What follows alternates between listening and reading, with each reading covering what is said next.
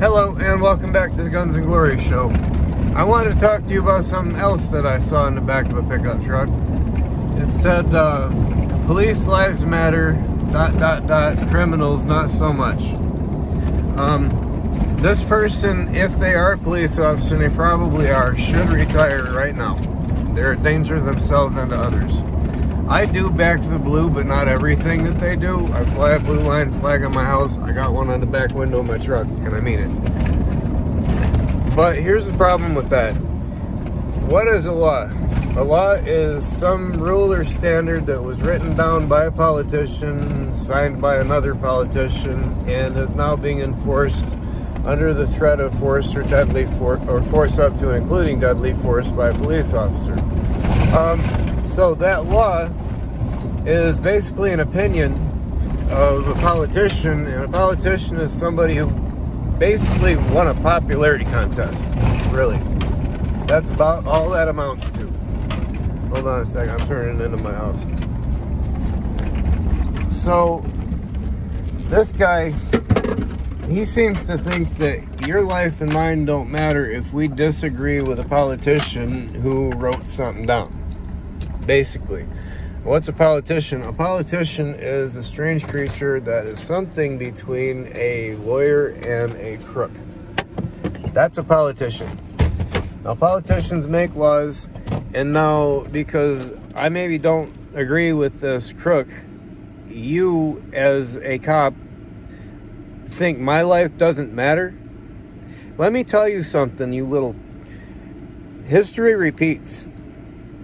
And I'm talking about 2020.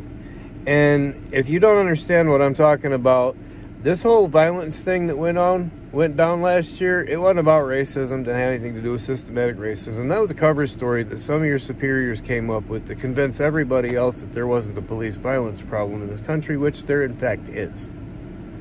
It's a big one. So let's take traffic, for example. You're going to have somebody put up a sign who is financially, motivated to say, if you break this rule, we're going to have this police officer with his costume jewelry pull you over in this car with these ridiculous lights on it, and under the threat of force or force up to and including deadly force, they're going to extort you via third person 10 days later for breaking their rule. And then he or she is going to do their very best to get into your car and search it. I don't get it. I mean, look, if you're a cop, there are people who were better than you that gave their lives to protect freedoms that you are willing to destroy. Okay, I got a blue line right there on my house. So I do back you. But the difference between a cop and a police officer is somebody who goes to catch the person who stole the tools maybe out of the garage. A cop is somebody that's sitting in the dark on the side of the road waiting to rob somebody as they're going by. A little while ago up here, there was a detour because there was some construction at a railroad. And so this cop is sitting in the dark in a 25 mile an hour zone that ought to be like a 45 or a 50. Because each lane is like, 40 feet wide or so. It's ridiculous that they're going that slow. But he knows that people are going to be maybe from out of the area, not familiar with that part of town and that speed trap. And he's going to funnel these people down through there and basically extort them under the threat of violence or death. And you think you're essential? Yeah, history repeats. You're lucky that it wasn't the Republicans that went off in 2020, because I wouldn't be having this conversation with most of you if it was. It was just a bunch of libtards with their crap. History repeats, and you're on the wrong side of it. I'm about ready to take that flag down. Yeah, I really wanted to get this all done in one clip, but I just had to add this part. Look, 30 years ago, we needed police running around in traffic looking for trouble all the time because, well, it was the only way to find them. Now we have these things called cellular phones. Everybody has one. And if there's a problem in traffic, we will call you. And then you can deal with the problem and then get out of there. Look, I'm trying to watch my language. There will be a video on that in a minute. But to sit there and rob people in traffic so that they have this constant fear so that they will obey the law, you're the only reason that people don't have freedom here. My friend from South Africa is now dead and gone. He'd run a business over in this country for many, many, many years.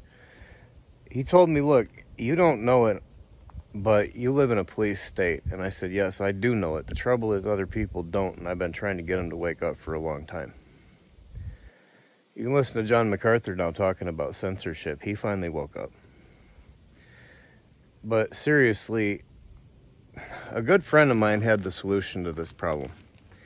Because, look, the first contact with a police officer that most people have is either over A, traffic, you're trying to rob them, or B, pot. Now, we've taken that problem from you in Michigan through the force of the vote. That's what it took, and it's a shame. But you don't need to be out there trying to make us all live in fear. There's no excuse for it. A person without... If we didn't have police, we would take care of ourselves. We're not going to fall into whatever. But if we didn't have police and traffic, I didn't mean a police altogether. Absence of police would be stupid. Absence of police and traffic is good. Because we could concentrate on our driving instead of looking out for being robbed. You know, people, I started to say a second ago, people aren't free basically because of the police. A person would never encounter a cop if they weren't sitting on the side of the road trying to rob people all the day. You could go to the store, you could go to church, you could do your day-to-day thing, go to work and back, and never encounter the government and lead a free life. You police officers are the only reason that people can't do that. It's an inexcusable failure, and it is a correctable one. My friend had the solution. He said, treat the police like the fire department or the ambulance, where you have police, they're well-funded, they have anything that they need. They have a police station, and when we need their help, we will call you, come out and deal with the guy that's doing, you know, the DUI or whatever, and then go back to the station. And instead of being a cop and robbing people, be a police officer and help get back some stolen property, or, you know, something besides just being a thief.